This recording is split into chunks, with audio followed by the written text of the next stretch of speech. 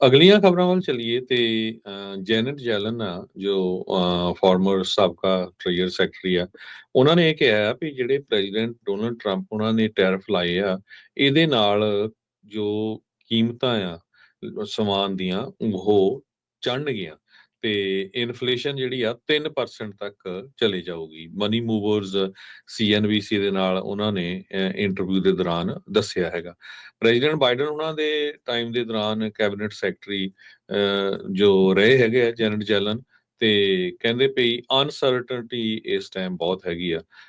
ਹਜੇ ਤੱਕ ਯੂਕਰੇਨ ਵਾਰ ਵੀ ਖਤਮ ਨਹੀਂ ਹੋਈ, ਉੱਪਰੋਂ ਹੁਣ ਇਜ਼ਰਾਈਲ ਤੇ ਈਰਾਨ ਦੀ ਜਿਹੜੀ ਵਾਰ ਲੱਗ ਗਈ ਹੈਗੀ ਆ। ਟੈਰਿਫਸ ਨੂੰ ਲੈ ਕੇ ਕਦੇ ਲੱਗ ਗਏ ਕਦੇ ਲਾਤ ਤੇ ਉਹਦਾ ਵੀ ਜਿਹੜਾ ਬਹੁਤ ਸਾਰਾ ਜਿਹੜਾ ਅਸਰ ਆ ਉਹ ਪੈ ਰਿਹਾ ਹੈਗਾ। ਜੀ ਬਿਲਕੁਲ। ਉੱਦਾਂ ਜੇ ਦੇਖਿਆ ਜਾਵੇ ਹਰਜੋਤ ਸਿੰਘ ਜੀ, ਤਾਂ ਯੈਨਟ ਯੈਲਨ ਹੁਣੀ ਜਦ ਆਪ ਸੱਤਾ ਦੇ ਵਿੱਚ ਸੀਗੇ ਤਾਂ ਅਜਿਹੀਆਂ ਬਿਆਨਬਾਜ਼ੀਆਂ ਤੋਂ ਪਰਹੇਜ਼ ਕਰਦੇ ਸੀਗੇ। ਸੋ ਡਿਸਓਨੈਸਟੀ ਵੀ ਇਹਨਾਂ ਦੇ ਵਿੱਚ ਕਿਤੇ ਨਾ ਕਿਤੇ ਨਜ਼ਰ ਆਉਂਦੀ ਆ ਵੀ ਜਦੋਂ ਤਾਂ ਆਪ ਤੁਸੀਂ ਹੋਵੋ ਫਿਰ ਤਾਂ ਕਹਿਣਾ ਵੀ ਇਕੋਨਮੀ ਸਭ ਕੁਝ ਠੀਕ ਆ, ਸੌਫਟ ਲੈਂਡਿੰਗ ਹੋ ਜਾਣੀ ਆ, ਸਾਰਾ ਕੁਛ ਆ। ਤਾਂ ਜਦੋਂ ਵਿਰੋਧੀ ਆ ਜਾਣ ਤਾਂ ਫਿਰ ਤੁਸੀਂ ਉਹਨਾਂ ਨੂੰ ਬਸ ਫਿਰ ਕਹਿਣਾ ਵੀ ਇਹਨਾਂ ਦੀ ਹਰ ਇੱਕ ਚੀਜ਼ ਹੀ ਜਿਹੜੀ ਉਹ ਮਾੜੀ ਹੈਗੀ ਆ। ਨੋ ਡਾਊਟ ਚੈਲੰਜਸ ਬਹੁਤ ਜ਼ਿਆਦਾ ਆ ਯੂਐਸ ਨੂੰ, ਜਿਹੜਾ ਇਕੋਨਮੀ ਨੂੰ ਜਿਹੜਾ ਉਹ ਲੈ ਕੇ ਟ੍ਰੇਡ ਵਾਰ ਦੇ ਦਰਮਿਆਨ ਚੱਲਦੇ ਆ, ਵੈਸੇ ਵੀ ਸਟੈਗਫਲੇਸ਼ਨ ਦੇ ਜਿਹੜਾ ਉਹ ਚੱਲਦੇ ਆ। ਸੋ ਇਹ ਹੁਣ ਦੇਖਣਾ ਹੋਊਗਾ ਵੀ ਕਿਸ ਪਾਸੇ ਵੱਲ ਨੂੰ ਜਿਹੜੀ ਉਹ ਸਥਿਤੀ ਜਿਹੜੀ ਉਹ ਜਾਂਦੀ ਹੈਗੀ ਆ। ਤੇ ਇਸੇ ਦਰਮਿਆਨ ਜਿਹੜਾ ਹਰਜੋਤ ਸਿੰਘ ਜੀ, ਆਪਾਂ ਜਿਹੜੀਆਂ ਹੋਰ ਅਪਡੇਟਸ ਜਿਹੜੀਆਂ ਨਾਲ ਕਰਦੇ ਜਾਈਏ, ਯੂਐਸ ਦੇ ਨਾਲ ਦੁਨੀਆ ਭਰ ਦੇ ਵਿੱਚ ਇਜ਼ਰਾਈਲ ਇਰਾਨ ਦੇ ਕੌਨਫਲਿਕਟ ਦੇ ਕਰਕੇ ਤੇਲ ਦੀਆਂ ਜਿਹੜੀਆਂ ਕੀਮਤਾਂ ਦੇ ਵਿੱਚ ਵਾਧਾ ਹੋ ਗਿਆ ਆ। 7% ਕਹਿੰਦੇ ਵੀ ਤੇਲ ਦੀਆਂ ਕੀਮਤਾਂ ਦੇ ਵਿੱਚ ਜਿੱਦਾਂ ਹੀ ਇਜ਼ਰਾਈਲ ਨੇ ਈਰਾਨ ਦੇ ਉੱਤੇ ਹਮਲਾ ਕੀਤਾ ਤੇ ਉਹ ਤੇਲ ਦੀਆਂ ਕੀਮਤਾਂ ਵੱਧ ਗਈਆਂ ਹੈਗੀਆਂ ਆ। ਸੋ ਜਿਹੜਾ ਕਰੂਡ ਆਇਲ ਆ, ਉਹ ਵੀ ਤੇਲ ਜਿਹੜਾ ਆ ਉਹ ਉੱਤੇ ਗਿਆ ਆ। ਯੂਐਸ ਦੇ ਜਿਹੜੇ ਵੈਸਟ ਟੈਕਸਸ ਤੇ ਇੰਟਰਮੀਡੀਏਟ ਕਰੂਡ ਆ, ਉਹ ਤਕਰੀਬਨ 7% ਜਿਹੜਾ ਉਹ ਵੱਧ ਗਿਆ ਹੈਗਾ ਆ। 72-73 ਨੂੰ ਕਹਿੰਦੇ ਵੀ ਇਹ ਪਹੁੰਚ ਗਿਆ। ਜਨਵਰੀ 2021 ਤੋਂ ਬਾਅਦ ਦੇ ਵਿੱਚ ਇਹ 70 ਦੇ ਆંકੜੇ ਨੂੰ 72 ਦੇ ਆંકੜੇ ਨੂੰ ਜਿਹੜਾ ਆ ਇਸਨੇ ਪਾਰ ਜਿਹੜਾ ਉਹ ਕੀਤਾ ਹੈਗਾ ਆ। ਸੋ ਇੱਕ ਵਾਰੀ ਫੇਰ ਜਿੱਦਾਂ ਹੀ ਮਿਡਲ ਈਸਟ ਦੇ ਵਿੱਚ ਕੋਈ ਵੀ ਕੌਨਫਲਿਕਟ ਵੱਧਦਾ ਆ, ਤੇਲ ਦੀਆਂ ਕੀਮਤਾਂ ਦੇ ਵਿੱਚ ਜਿਹੜਾ ਉਹ ਵਾਧਾ ਹੋ ਜਾਂਦਾ ਆ।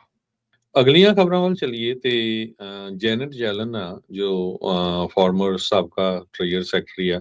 ਉਹਨਾਂ ਨੇ ਇਹ ਕਿਹਾ ਵੀ ਜਿਹੜੇ ਪ੍ਰੈਜ਼ੀਡੈਂਟ ਡੋਨਲਡ ਟਰੰਪ ਉਹਨਾਂ ਨੇ ਟੈਰਿਫ ਲਾਏ ਆ, ਇਹਦੇ ਨਾਲ ਜੋ ਕੀਮਤਾਂ ਆ ਸਮਾਨ ਦੀਆਂ ਉਹ ਚੜ੍ਹਨਗੀਆਂ ਤੇ ਇਨਫਲੇਸ਼ਨ ਜਿਹੜੀ ਆ 3% ਤੱਕ ਚਲੇ ਜਾਊਗੀ। ਮਨੀ ਮੂਵਰਸ ਸੀਐਨਬੀਸੀ ਦੇ ਨਾਲ ਉਹਨਾਂ ਨੇ ਇੰਟਰਵਿਊ ਦੇ ਦੌਰਾਨ ਦੱਸਿਆ ਹੈਗਾ। ਪ੍ਰੈਜ਼ੀਡੈਂਟ ਬਾਈਡਨ ਉਹਨਾਂ ਦੇ ਟਾਈਮ ਦੇ ਦੌਰਾਨ ਕੈਬਨਿਟ ਸੈਕਟਰੀ ਜੋ ਰਹੇ ਹੈਗੇ ਆ ਜੈਨਟ ਜੈਲਨ, ਤੇ ਕਹਿੰਦੇ ਪਈ ਅਨਸਰਟਨਟੀ ਇਸ ਟਾਈਮ ਬਹੁਤ ਹੈਗੀ ਆ। ਹਜੇ ਤੱਕ ਯੂਕਰੇਨ ਵਾਰ ਵੀ ਖਤਮ ਨਹੀਂ ਹੋਈ, ਉੱਪਰੋਂ ਹੁਣ ਇਜ਼ਰਾਈਲ ਤੇ ਈਰਾਨ ਦੀ ਜਿਹੜੀ ਵਾਰ ਲੱਗ ਗਈ ਹੈਗੀ ਆ।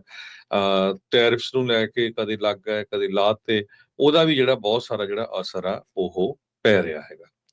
ਜੀ ਬਿਲਕੁਲ। ਉੱਦਾਂ ਜੇ ਦੇਖਿਆ ਜਾਵੇ ਹਰਜੋਤ ਸਿੰਘ ਜੀ, ਤਾਂ ਯੈਨਟ ਯੈਲਨ ਹੁਣੀ ਜਦ ਆਪ ਸੱਤਾ ਦੇ ਵਿੱਚ ਸੀਗੇ ਤਾਂ ਅਜਿਹੀਆਂ ਬਿਆਨਬਾਜ਼ੀਆਂ ਤੋਂ ਪਰਹੇਜ਼ ਕਰਦੇ ਸੀਗੇ। ਸੋ ਡਿਸਓਨੈਸਟੀ ਵੀ ਇਹਨਾਂ ਦੇ ਵਿੱਚ ਕਿਤੇ ਨਾ ਕਿਤੇ ਨਜ਼ਰ ਆਉਂਦੀ ਆ ਵੀ ਜਦੋਂ ਤਾਂ ਆਪ ਤੁਸੀਂ ਹੋਵੋ ਫਿਰ ਤਾਂ ਕਹਿਣਾ ਵੀ ਇਕੋਨਮੀ ਸਭ ਕੁਝ ਠੀਕ ਆ, ਸੌਫਟ ਲੈਂਡਿੰਗ ਹੋ ਜਾਣੀ ਆ, ਸਾਰਾ ਕੁਛ ਆ। ਤਾਂ ਜਦੋਂ ਵਿਰੋਧੀ ਆ ਜਾਣ ਤਾਂ ਫਿਰ ਤੁਸੀਂ ਉਹਨਾਂ ਨੂੰ ਬਸ ਫਿਰ ਕਹਿਣਾ ਵੀ ਇਹਨਾਂ ਦੀ ਹਰ ਇੱਕ ਚੀਜ਼ ਹੀ ਜਿਹੜੀ ਉਹ ਮਾੜੀ ਹੈਗੀ ਆ। ਨੋ ਡਾਊਟ ਚੈਲੰਜਸ ਬਹੁਤ ਜ਼ਿਆਦਾ ਆ ਯੂਐਸ ਨੂੰ, ਜਿਹੜਾ ਇਕੋਨਮੀ ਨੂੰ ਜਿਹੜਾ ਉਹ ਲੈ ਕੇ ਟ੍ਰੇਡ ਵਾਰ ਦੇ ਦਰਮਿਆਨ ਚੱਲਦੇ ਆ, ਵੈਸੇ ਵੀ ਸਟੈਗਫਲੇਸ਼ਨ ਦੇ ਜਿਹੜਾ ਉਹ ਚੱਲਦੇ ਆ। ਸੋ ਇਹ ਹੁਣ ਦੇਖਣਾ ਹੋਊਗਾ ਵੀ ਕਿਸ ਪਾਸੇ ਵੱਲ ਨੂੰ ਜਿਹੜੀ ਉਹ ਸਥਿਤੀ ਜਿਹੜੀ ਉਹ ਜਾਂਦੀ ਹੈਗੀ ਆ। ਤੇ ਇਸੇ ਦਰਮਿਆਨ ਜਿਹੜਾ ਹਰਜੋਤ ਸਿੰਘ ਜੀ, ਆਪਾਂ ਜਿਹੜੀਆਂ ਹੋਰ ਅਪਡੇਟਸ ਜਿਹੜੀਆਂ ਨਾਲ ਕਰਦੇ ਜਾਈਏ, ਯੂਐਸ ਦੇ ਨਾਲ ਦੁਨੀਆ ਭਰ ਦੇ ਵਿੱਚ ਇਜ਼ਰਾਈਲ ਇਰਾਨ ਦੇ ਕੌਨਫਲਿਕਟ ਦੇ ਕਰਕੇ ਤੇਲ ਦੀਆਂ ਜਿਹੜੀਆਂ ਕੀਮਤਾਂ ਦੇ ਵਿੱਚ ਵਾਧਾ ਹੋ ਗਿਆ ਆ। 7% ਕਹਿੰਦੇ ਵੀ ਤੇਲ ਦੀਆਂ ਕੀਮਤਾਂ ਦੇ ਵਿੱਚ ਜਿੱਦਾਂ ਹੀ ਇਜ਼ਰਾਈਲ ਨੇ ਈਰਾਨ ਦੇ ਉੱਤੇ ਹਮਲਾ ਕੀਤਾ ਤੇ ਉਹ ਤੇਲ ਦੀਆਂ ਕੀਮਤਾਂ ਵੱਧ ਗਈਆਂ ਹੈਗੀਆਂ ਆ। ਸੋ ਜਿਹੜਾ ਕਰੂਡ ਆਇਲ ਆ, ਉਹ ਵੀ ਤੇਲ ਜਿਹੜਾ ਆ ਉਹ ਉੱਤੇ ਗਿਆ ਆ।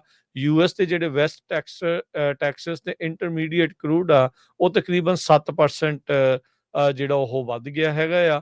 $72-73 ਨੂੰ ਕਹਿੰਦੇ ਵੀ ਇਹ ਪਹੁੰਚ ਗਿਆ। ਜਨਵਰੀ 2021 ਤੋਂ ਬਾਅਦ ਦੇ ਵਿੱਚ ਇਹ 70 ਦੇ ਆંકੜੇ ਨੂੰ 72 ਦੇ ਆંકੜੇ ਨੂੰ ਜਿਹੜਾ ਆ ਇਸਨੇ ਪਾਰ ਜਿਹੜਾ ਉਹ ਕੀਤਾ ਹੈਗਾ ਆ। ਸੋ ਇੱਕ ਵਾਰੀ ਫੇਰ ਜਿੱਦਾਂ ਹੀ ਮਿਡਲ ਈਸਟ ਦੇ ਵਿੱਚ ਕੋਈ ਵੀ ਕੌਨਫਲਿਕਟ ਵੱਧਦਾ ਆ, ਤੇਲ ਦੀਆਂ ਕੀਮਤਾਂ ਦੇ ਵਿੱਚ ਜਿਹੜਾ ਉਹ ਵਾਧਾ ਹੋ ਜਾਂਦਾ ਹੈ।